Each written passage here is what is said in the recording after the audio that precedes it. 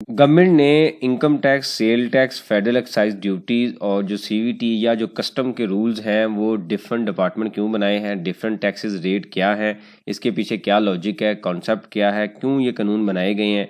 आज के इस टॉपिक में हम इसको स्टडी करेंगे। आप देख रहे हैं प्रैक्टिकल अर्निंग है, उसमें हूँ फ़हीम महबूब। वापस आते हैं टॉपिक के ऊपर। देखें, चार चीज़ें जो हमने अभी डिस्कस की हैं, इनकम टैक्स है, सेल टैक्स है, फेडरल एक्साइज ड्यूटी है और सीवीटी है।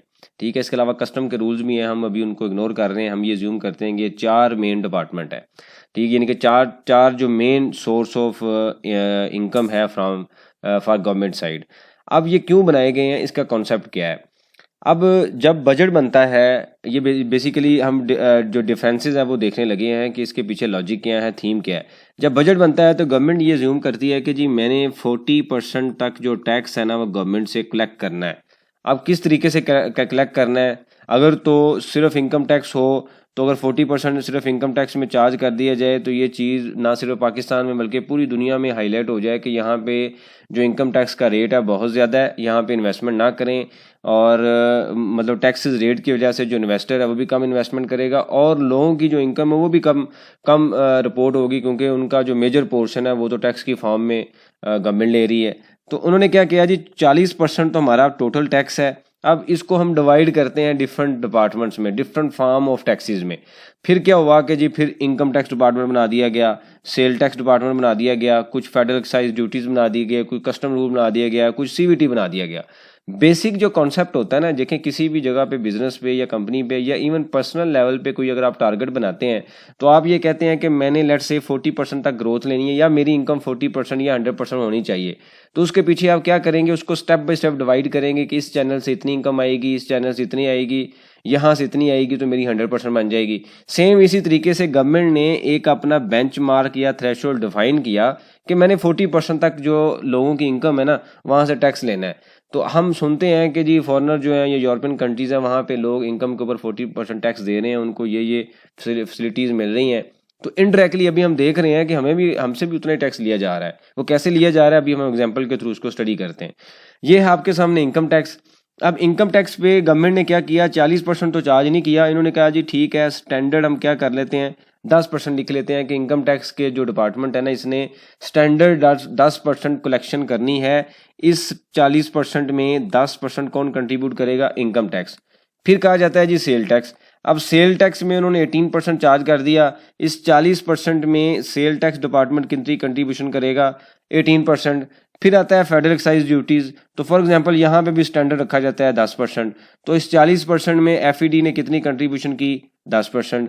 इसी तरीके से कस्टम और जो दूसरे टैक्सेस हैं, हम अज्यूम करते हैं कि बाकी जो फिगर है जो आता है इसमें, लेट्स से ऑन एवरेज हम ये कह लेते हैं 2% है। तो 2% जो बाकी फिगर बनती है वो कंट्रीब्यूशन है अदर टैक्सेस में, यानी कि जो जितने दूसरे टैक्सेस, एक्साइज कह सकते हैं, सीवीटी कह सकते हैं, फेडरल एक्साइज कह सकते हैं, कुछ भी कह सकते हैं। तो इन सबको जमा करें तो ये ब्रेकअप होगा 40% का। मतलब ये है कि गवर्नमेंट ने एक पूरी दुनिया में, बल्कि यही होता है कि जो टैक्सेस है उसके पीछे जो थीम होता है उसको डिफरेंट फॉर्म में, डिफरेंट सोर्सेज में अप्लाई किया जाता है। कुछ इनकम टैक्स में, कुछ सेल टैक्स में, कुछ फेडरल एक्साइज ड्यूटीज़ में, कुछ सीवीटी में। तो जब भी हम कभी भी डिस्कस करें तो आपके जहन में एक चीज़ होनी चाहिए कि आपकी हर प्रोडक्ट जो आप परचेज कर रहे हैं, हर चीज़ जो आप यूज़ कर रहे हैं, वो इनकम जो आप जनरेट कर रहे हैं, आप हर स्टेज पर टैक्स दे रहे हैं और बदले में आपको क्या मिल रहा है ये आपके सामने है। तो इनडायरेक्टली हम अज्यूम करते हैं कि गवर्नमेंट ने 40% बजट बनाया और इसको इस तरीके से डिवाइड कर दिया कि ये जनाब इस तरीके से मैंने डिवाइड किया और 40% का ब्रेकअप ये है। अब इन डिपार्टमेंट को टारगेट मिल जाएगा, सेल टैक्स को अपना टारगेट मिल जाएगा, फेडरल एक्साइज को अपना मिल जाएगा, अदर डिपार्टमेंट को अपना मिल जाएगा। अब उनके मुताबिक मेजर्स भी लिए जाते हैं हर साल बजट में कि अगर आपने इंक्रीज करना है टैक्स या टारगेट ज़्यादा है और कलेक्शन कम है तो होता क्या है कि टैक्स रेट को बढ़ा दिया जाता है। मतलब ये नहीं होता कि यहाँ पे 10% पे number of people, let's say 10 million example हम करते हैं, तो ये नहीं है कि हम 10 की जगह पे 12 मिलियन करें, लोगों को टैक्स नेट बढ़ाएं। हम सिंपल ये क्या करता है डिपार्टमेंट के 10 को 11% कर लेता है, जो कि इजी मनी है, जो ऑलरेडी लोग दे रहे हैं उसके ऊपर ज़्यादा टैक्स चार्ज कर दिया जाता है। तो ये बेसिकली जो करंट पॉलिसी है हमारे यहाँ इंप्लीमेंट होती है, जिसकी वजह से हर साल जो टैक्सेस की शरह है वो बढ़ती जा रही है। जैसे सेल टैक्स पिछले कोई 10-15 सालों से 17% था, जो डिफ़ॉल्ट रेट है इसको पिछले कुछ पीरियड में 18% कर दिया गया, जो कि अब नई खबरें भी हैं कि इसको 25 तक लेके जाना है अगले 2-3 सालों में। तो जो एक बड़ी अमाउंट होगी, एक बड़ा टैक्सेस होगा जो हम बाइंग पे कर रहे होंगे। अब हम एग्जांपल लेते हैं, सिर्फ जो भी लेक्चर लंबा होगा तो सिर्फ और सिर्फ हम जो एग्जांपल लेंगे ना वो इनकम टैक्स और सेल टैक्स की लेंगे, इन दोनों में बेसिक डिफरेंसेस क्या है। तो एक एग्जांपल हम लेते हैं, हम ये कहते हैं कि एक लेट से आपकी एक सेल्स है, आपने 100 रुपये की सेल की, उसके बाद कॉस्ट ऑफ सेल हम कह लेते हैं आपकी है 60 की, और जो ग्रॉस प्रॉफिट आपका आता है ना वो आता है 40, और फॉर एग्जांपल आपका जो टैक्स रेट है ना हम अज्यूम करते हैं वो है 10%। तो 4 रुपये आपने टैक्स दे दिया, बाकी 36 आपका आ गया नेट प्रॉफिट आफ्टर टैक्स।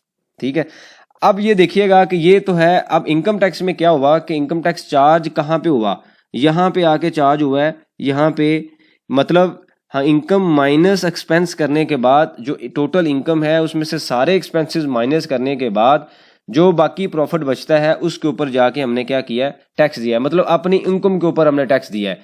ये भी एक तरह का एक्सपेंस ही है, जैसे हम दूसरे एक्सपेंस है, कॉस्ट ऑफ सेल एक्सपेंस है या अदर एक्सपेंसेस है, सेम इसी तरीके से इनकम टैक्स भी एक्सपेंस है। लेकिन लॉजिक क्या है कि हमने जनाब अपनी इनकम में से टैक्स दिया है, जो बाकी प्रॉफिट बचा है, अगर प्रॉफिट अवेलेबल है तो उसके ऊपर हमने 10% टैक्स दिया है।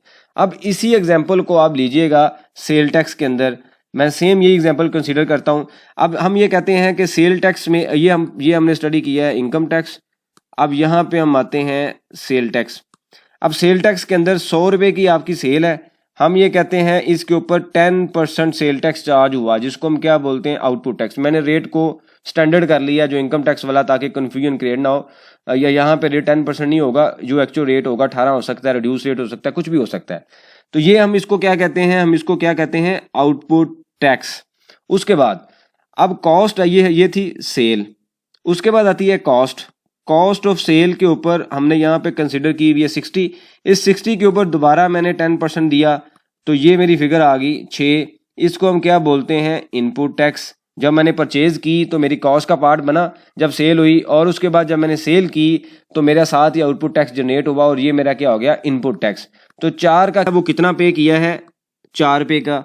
यहाँ पे भी मैंने 4 रुपये पे किया और सेल टैक्स के अंदर भी 4 पे किया है। फ़र्क सिर्फ ये है कि यहाँ पे मैंने अपनी सेल में से एक्सपेंसेस माइनस करने के बाद जो इनकम आई उसके ऊपर टैक्स चार्ज किया, लेकिन सेल टैक्स के अंदर मैंने हर ट्रांजैक्शन के ऊपर टैक्स चार्ज किया है। मतलब सेल के ऊपर भी चार्ज किया है, कॉस्ट के ऊपर भी चार्ज किया है, और उसके बाद जो बाकी फिगर बनती है वो मैंने क्या किया, टैक्स पे कर दिया, जो कि हम फार्मूला हमने पढ़ा हुआ है, input tax minus output tax minus input tax. ये जो स्टूडेंट प्रॉपर क्लासेस लेते हैं बट डिटेल से हमने ये चीज़ें स्टडी कर चुके हैं, तो ये हमारा क्या निकलता है, पेबल है। तो ये एक मेन डिफरेंसेस है जो हम पहले भी बड़ी बार देख चुके हैं, लेकिन काफ़ी दोस्तों के क्वेश्चन आते थे कि जी हमें अभी तक डिफरेंसेस क्लियर नहीं हो रहे, इनकम टैक्स क्यों बनाया, सेल टैक्स क्यों बनाया, फेड एक्साइज क्यों बनाई है, क्या रीज़न क्या है, लॉजिक क्या है। तो मेरे ख्याल में इस एग्जाम्पल के थ्रू आपको काफ़ी चीज़ें क्लियर होंगी कि जो सेल टैक्स है वो हर ट्रांजैक्शन पे चार्ज हो रहा होता है। जो भी हम बाइंग करते हैं, सेल करते हैं, हमने सेल टैक्स पे करना है। फॉर एग्जांपल ये 100 रुपये है ना, तो 100 का ब्रेकअप में हम कह सकते हैं कि इसमें कुछ 4 इनवाइसेज हैं। लेट से अब 20 रुपये की एक इनवाइस है, फिर 20 रुपये की है, फिर 30 रुपये की है, और यहाँ पे बाकी फिगर है। तो इन सब पे आपने टैक्स दिया हुआ है इंडिविजुअल लेवल पे, जब जब बाइंग की है टैक्स दिया है। इसी तरीके से कॉस्ट में जब जब परचेज किया है टैक्स दिया है। तो इनकम के ऊपर इनकम टैक्स में आपने देखा है कि मैंने इनकम में से एक्सपेंसेस माइनस किए और जो बाकी प्रॉफिट बचा उस पर मैंने टैक्स दिया है। तो इसका मतलब क्या हुआ कि इनकम टैक्स है वन टाइम, जो साल में वन टाइम हमने इनकम के ऊपर पे करना है। वो अलग बात है कि एडवांस टैक्स के थ्रू हम डिफरेंट क्वार्टर में पे करते हैं, और जो सेल टैक्स है ये हर ट्रांजैक्शन पे आपने पे करना है। मतलब ये है कि ये इसके 12 पीरियड है। याद रखें, इनकम टैक्स का एक पीरियड है जिसको हम बोलते हैं टैक्स ईयर, लेकिन सेल टैक्स के 12 पीरियड हैं। हर महीना एक पीरियड है और हर महीना क्लोज एक पीरियड होता है। मतलब हर महीने ट्रांजैक्शन में हम पे करेंगे, ये फार्मूले के through output tax input tax को एडजस्ट करेंगे और रिमेनिंग पे कर देंगे, महीना क्लोज, पीरियड खत्म। अब इनकम टैक्स में साल के एंड पे जाके आपने एक टैक्स ईयर का टैक्स पे करना है, जो हम एनुअल रिटर्न में डिक्लेयर करते हैं। तो ये मेरे ख्याल में कुछ बेसिक बुनियादी चीज़ें थी जो आपको क्लियर होना बड़ा ज़रूरी है। जब भी आप इनकम टैक्स या सेल टैक्स का कोई भी चीज़ें काम करें तो हमें पता होना चाहिए हम कर क्या रहे हैं। इससे अगला जो टॉपिक होगा इसके अंदर हम फेडरल एक्साइज ड्यूटीज़ और जो अदर टैक्सेस हैं इसको भी स्टडी करेंगे कि इसके लॉजिक क्या है, क्या फार्मूला है, कैसे अप्लाई होता है। क्योंकि एक लेक्चर लंबा होता है तो फिर आप लोगों के लिए भी मसला आता है सुनना, इसलिए मेरी कोशिश होती है कि 6-7 मिनट में हम कोई भी डिस्कशन है उसको कंक्लूड करें। इससे रिलेटेड कोई क्वेश्चन हो आप मेंशन करें, उसके ऊपर हम डिस्कशन करेंगे ताकि जो लर्निंग का प्रोसेस है ये कंटिन्यू रहे। थैंक यू वेरी मच, जज़ाकल्लाह।